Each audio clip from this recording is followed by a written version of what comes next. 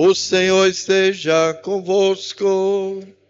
Está no meio de nós. Proclamação do Evangelho de Jesus Cristo segundo Lucas.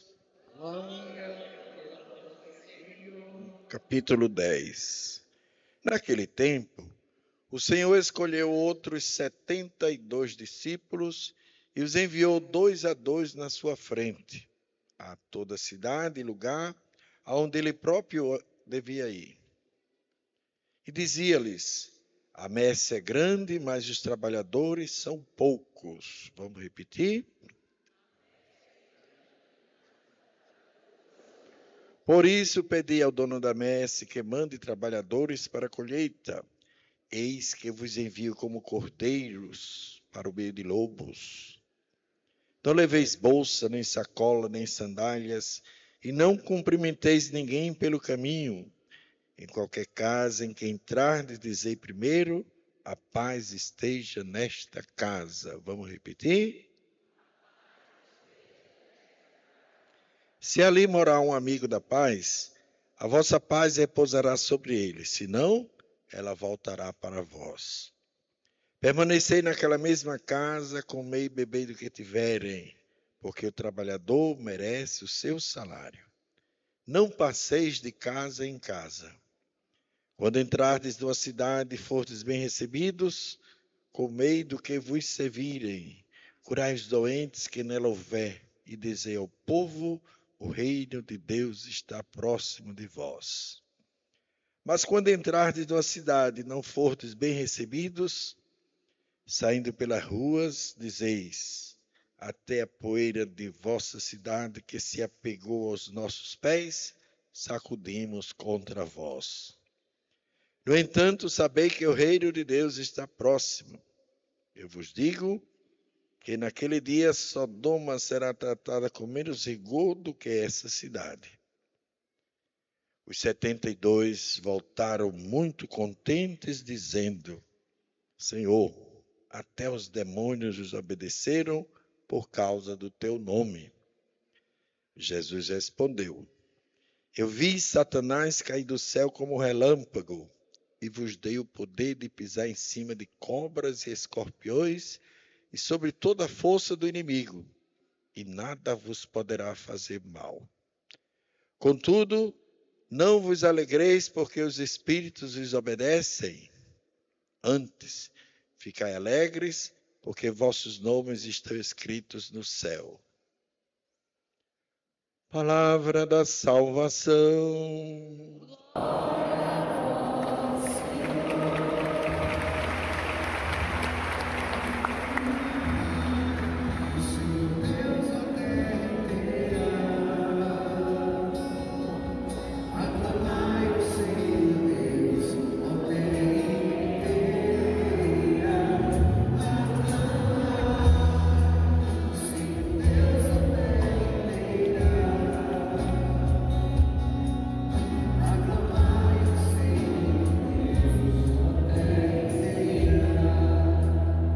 E peçamos à Virgem Maria a graça de guardar a palavra no coração.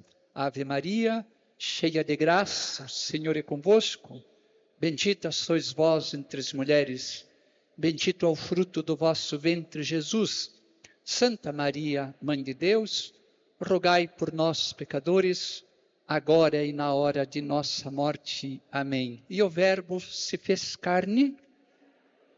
Rogai por nós, Santa Mãe de Deus,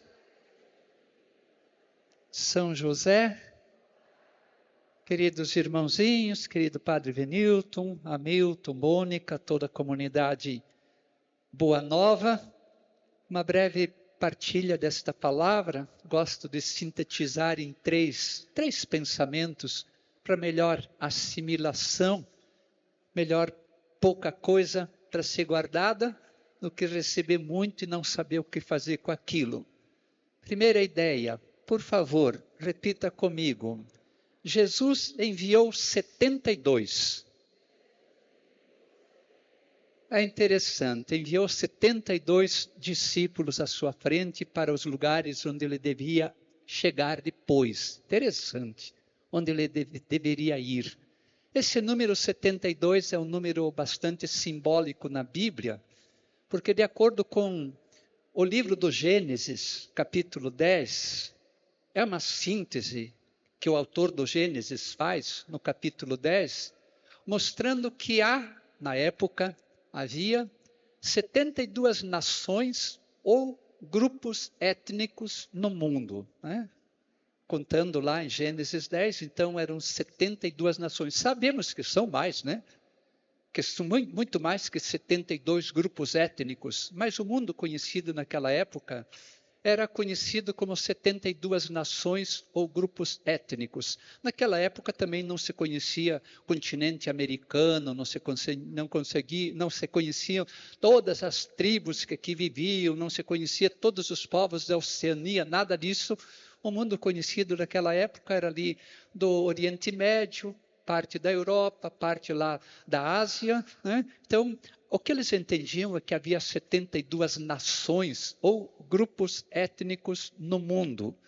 Então, quando Jesus envia 72 discípulos, é sinal que é enviado para todo mundo, que essa mensagem é estendida a todas as etnias, todos os grupos étnicos do mundo, tudo quanto é tipo de gente que povoa esse planeta Terra, até eu, né? Até o meu grupo étnico, até meu sangue, até o seu. Ou seja, todos somos incluídos neste amor, nesse anúncio do reino. Não há uma só raça, um só povo, uma só etnia, um só grupo étnico que seja amaldiçoado por Deus. Todos são benditos por Deus. Deus não tem uma preferência por o grupo étnico tal e uma rejeição por grupo étnico de outro jeito. É para todo mundo. Interessante que Jesus mandou 72 à sua frente, porque ele também viria, né? Então, por isso Jesus fala que a messe é grande, né? A messe é grande. A messe é grande. Essa boa nova do Evangelho, essa mensagem do acolher, evangelizar e curar, que meditamos hoje de manhã, é para tudo quanto é tipo de gente, todo e qualquer grupo étnico, toda e qualquer nação que há na face da terra. Não só para o Israel, aquele Israel, povo escolhido de Deus, é também para o grego, porque o grego também é povo escolhido de Deus, também é para outras etnias, porque todos são povo escolhido de Deus. Aliás, São Paulo, na carta aos Gálatas, que leu aqui, ele fala que todos os que creem em Cristo formam o Israel de Deus, né? Portanto, nós que cremos em Cristo, formamos o Israel de Deus. Não precisa ter o sangue judeu para ser o Israel de Deus. Pela fé em Cristo, somos o Israel de Deus. Está aqui em Gálatas, né? Então, todos somos o Israel de Deus, nós que cremos em Jesus Cristo, né? Aliás, é interessante fazer um breve comentário sobre isso, porque tem Israel, povo escolhido de Deus, Israel, povo escolhido, né? Que era o Jacó, Israel, né? Era a mesma pessoa, Israel, povo escolhido de Deus, e tem o país chamado Israel, entende? Tem o país, que é outra coisa, é outra realidade. O país chamado Israel é um país não feito só de judeus, ou só de crentes judeus. É feito de tudo quanto é tipo de gente, porque mora gente de tudo quanto é etnia lá também. Moram cristãos, moram muçulmanos, palestinos, moram turcos, europeus, brasileiros, africanos, de tudo quanto é tipo de gente. Então é importante fazer essa distinção para não haver uma identificação entre Israel, povo escolhido de Deus, por onde Deus se revelou, e a nação Israel, o país chamado Israel, que é um país como tem Brasil, Argentina, Paraguai, Chile, Bolívia, com suas leis, com suas constituições. Então, só para a gente entender essas coisas, né? O Israel, povo escolhido, de onde veio Jesus Cristo, que nasceu dentro desse povo judeu, né? Agora, Israel como nação, como uma estrutura política, com constituição, é outra coisa diferente, né? Mas como Israel de Deus, no sentido de povo escolhido de Deus, São Paulo fala, todos os que creem em Jesus Cristo formam o Israel de Deus. Então, todas essas nações, 72 nações, 72 grupos étnicos, acolhendo o Evangelho, tornam-se o Israel de Deus. Está entendido isso? Amém, aleluia? Que bom, que bom. Então é para tudo, até para mim, né? É para todos nós, para tudo quanto é tipo de gente, este Evangelho é inclusivo, todo inclusivo. Segunda ideia, por favor, repita comigo, missão de paz. A igreja está presente no mundo para ser uma escola de paz, para formar uma mentalidade de paz, um comportamento de paz. Por isso Jesus fala para esses 72 enviados, em qualquer casa em que entrardes, dizei primeiro, a paz esteja nesta casa. Em qualquer casa, em qualquer nação, em qualquer etnia, em qualquer cultura, em qualquer jeito de ser gente no mundo, paz. Levar paz. Não é causar confusão, medo, desordem ou guerra nesses corações. É paz. Dizei primeiro, paz a esta casa. A característica do Evangelho é a paz que ela promove. Onde o Evangelho verdadeiro se manifesta, o sinal é a paz. Sempre a paz é um sinal da presença de Deus. Você quer saber um sinal da presença de Deus? É a paz que surge onde Ele está presente. Em todos os lugares onde Deus age, também no nosso coração, o primeiro sintoma, primeiro sinal da presença de Deus é paz. Se é perturbação, incômodo, agitação, estridência de alma, irritação, não. Isso não é a marca de Deus. Então, um evangelho comunica a paz, não comunica confusão, medo, condenação, derrota, inferno para as pessoas, comunica paz. O evangelho é paz. Onde ele chega, ele traz a paz. Agora, essa paz que Jesus manda os discípulos levarem, não é só a paz de cumprimento formal, tipo a paz esteja com você, embora também faça parte. Mas não é um mero cumprimento, é a chamada paz messiânica. Agora falei chique, né? Repita comigo, paz messiânica. Traduzido em miúdo quer dizer a paz que nasce da presença de Jesus na vida da pessoa. A paz que nasce da presença, a paz feita em Jesus Cristo. A paz que é fruto da evangelização, do conhecimento de Jesus Cristo, da morte e ressurreição de Jesus, né? Então, nesse sentido, somos fazedores da paz enquanto evangelizamos, anunciamos um querigma, enquanto trazemos a presença de Jesus na vida. A paz que eu devo comunicar a essa minha irmãzinha não é a paz simplesmente da boa educação, né? A paz seja convosco. É bom isso, mas não é só isso. É comunicar Jesus, comunicar graça para essa pessoa. Porque de nada serve anunciar, fazer 1000 discursos sobre Jesus, se não comunicamos Jesus para as pessoas, se não comunicamos o próprio Jesus, se não comunicamos a paz de Jesus. Então, evangelizar é muito mais que falar de Jesus. Evangelizar é levar Jesus. Diga comigo, evangelizar é muito mais que falar de Deus. Evangelizar é levar o próprio Deus. É esta a paz da presença de Deus. Então, a igreja existe no mundo para ser uma escola de paz, não para promover discriminação, preconceito, não para promover guerra, combate, mas para ser uma escola de paz, um lugar onde se aprende a paz, onde se aprende a conviver. Porque na igreja, a igreja não é de um partido político. Pode repetir isso? Igreja não é de uma nação só. Igreja é para tudo quanto é tipo de gente. Até para eu. Até para mim, né? Até para mim. Então, até para mim. É para tudo quanto é tipo de gente. Igreja não se identifica com uma ideologia, com um partido político, com um modelo político. É muito mais. Reino de Deus não é reino político, certo? Não é reino político. Não é nada disso.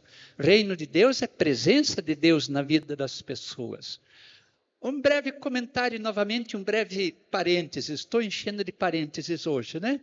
Houve 5 tentativas do reino de Deus, 5 tentativas fracassadas na história de Israel, na história do povo eleito. 5 tentativas. Primeiro equívoco, eles pensavam que o reino de Deus era reino político. Por isso botaram toda a fé nos reis. Os reis, rei. Davi, Salomão, Saul, Ezequias, Foi um fiasco, foi um fracasso. Porque o reino de Deus não se identifica com poderio político, com grupo político. Aliás, Samuel já advertia isso. Olha, vocês querem um rei? Vão ter a encrenca. Estão deixando Deus de lado para ter um rei? Vai só ser encrenca. Não, a gente quer um rei mesmo assim. Então, fracassou porque o reino de Deus não se identifica com o reino político. Diga comigo, o reino de Deus não se identifica com reino político, com partido político, com ideologia política. Isso foi o primeiro equívoco da história de Israel, certo? Mas eles tentaram outra tentativa de trazer o reino de Deus. Foi a centralização de tudo no templo. O templo de Jerusalém. Aí era templo de Deus. Achava que reino de Deus era o serviço litúrgico no templo. É importante o serviço litúrgico, sim. É importante, mas o templo só foi destruído umas 17 vezes. Aquele templo lá. E as pessoas faziam o escarcéu na vida, entravam no templo e diziam, estou salvo. Aí Jeremias dizendo, o quê? Vocês estão levando uma vida toda errada aí fora, depois chegam no templo e dizem, templo de Deus, oh glória, estou salvo. Não é assim. Precisa mudar o coração. Então não é só se refugiar num templo, não é só se refugiar num sistema religioso que o reino de Deus acontece. Porque não é uma pertença meramente, digamos assim, formal. Então, não deu certo também o templo. Fracassou também o templo. No sentido de reino de Deus não é o reino de um templo. Terceira tentativa, então, é a lei. Aí se refugiaram na lei. A lei. O reino de Deus virá pela observância da lei. Lei. Foi um fiasco. Quando se fala em lei, não está se referindo aos 10 mandamentos. Amar a Deus sobre todas as coisas, não tomar seu santo nome em vão, guardar dias de festa, honrar pai e mãe. Lei não é isso, não é. A lei que se refere eram aquelas minúcias, aquelas esquisitices, aquelas coisinhas que começaram a inventar. Desses 10 mandamentos, eles conseguiram criar 613 novos mandamentos. Lei, e tem que observar isso, observar aquilo, e Foi um fiasco. Terceira tentativa, não deu certo também a lei. Lei, não comunicou a graça. Falhou. Aí, quarta tentativa, nasceu a tal da expectativa apocalíptica. Falei chique de novo, né? Então agora, o reino vai chegar quando Deus descer do céu e dizer, estou aqui, cheguei. Castigo para todos os pecadores e premiação para tudo que é gente boa. Nasceu essa literatura apocalíptica, mais ou menos 150, 180 anos antes do nascimento de Jesus, nasceu a literatura apocalíptica, com Daniel, que foi escrito no ano 164 a.C., essa literatura apocalíptica de dizer, olha, vai vir uma irrupção lá do céu, onde vai botar ordem em tudo, então, aquele escarcéu apocalíptico. Né? De julgamento, de condenação para quem é pecador, inferno para quem é impuro e premiação para quem é justo. E gerou um escarcéu. Não chegou a essa expectativa apocalíptica, também não trouxe o reino. Finalmente, quinta tentativa de trazer o reino, a luta armada. Surgiu no período dos chamados Macabeus, a guerra macabaica contra os invasores macedônios, escola de Alexandre Magno, que deu o reino dos macedônios, e aí disseram, já que o reino não vem do céu, a gente vai fabricá-lo aqui na base da espada. Vamos matar tudo que não é do nosso grupo, quem não concorda com nós a gente mata, quem não pensa como nós a gente mata, quem não reza como nós a gente mata, quem não é do nosso sangue a gente mata também. Luta armada nasceu aí, mais ou menos no ano 150 a.C., as raízes do movimento zelote, que foram se consolidar mais propriamente cerca do ano 70 depois de Cristo, esses grupos zelotes, partir para a luta armada para fazer o reino chegar. Vamos, já que ele não desce do céu, a gente vai resolver aqui no tapa, vai resolver aqui na violência, no sangue, na espada. Faliu. Aí chega um momento em que pergunto para Jesus, isso está em Lucas 17, 20, versículo 20 e 21. Jesus, quando virá o reino? Pergunta isso. Jesus, quando virá o reino? Pode perguntar? De novo. A gente já tentou de tantas maneiras, não chegou. Jesus, quando virá o reino? Aí Jesus respondeu, o reino de Deus não vem de forma ostensiva. O reino de Deus já está dentro de vós, já está presente nos vossos corações, que acolhestes o Evangelho, que acolhestes a palavra de Deus. O reino de Deus não vem fazendo barulho de uma forma ostensiva, de uma forma agressiva, mas é um acontecimento no seu coração, no meu coração, cada vez que pela fé a gente adere a Jesus Cristo, o reino de Deus está presente ali. Resposta de Jesus à pergunta daqueles, quando virá o reino, ele não virá de forma ostensiva, agressiva, estridente, violenta, invasiva, porque o reino de Deus já está entre vós, já está dentro de vós, está em meu coração, em seu coração, quando a gente adere a Jesus Cristo. Por isso que essa presença de Deus, fruto da evangelização, é promover a paz. Por isso, dizei paz, primeira coisa, ao entrar nessa casa. Casa é simbólico, tanto casa do vizinho, como também casa de um grupo diferente do meu, de uma nação diferente da minha, de um grupo étnico diferente do meu, de uma ideologia diferente da minha. Paz a esta casa. Esse é o sinal do Evangelho vivo que chegou. Amém, aleluia? Aqui dá um retiro de 98 dias. Fica para a semana que vem esse, certo? Terceira ideia, por favor, repita comigo. Satanás caiu.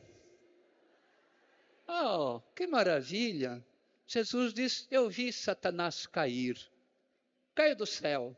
Ou seja, acabou o seu domínio. Acabou o seu regime. Acabou o seu governo sobre as pessoas. Satanás caiu do céu. Por quê? Porque o reino chegou. Acabou o domínio maligno, acabou o domínio da confusão na nossa vida. Satanás caiu. Vi Satanás cair do céu como um raio. Ou seja, ele perdeu o seu poder sobre todos vocês que aderiram ao reino.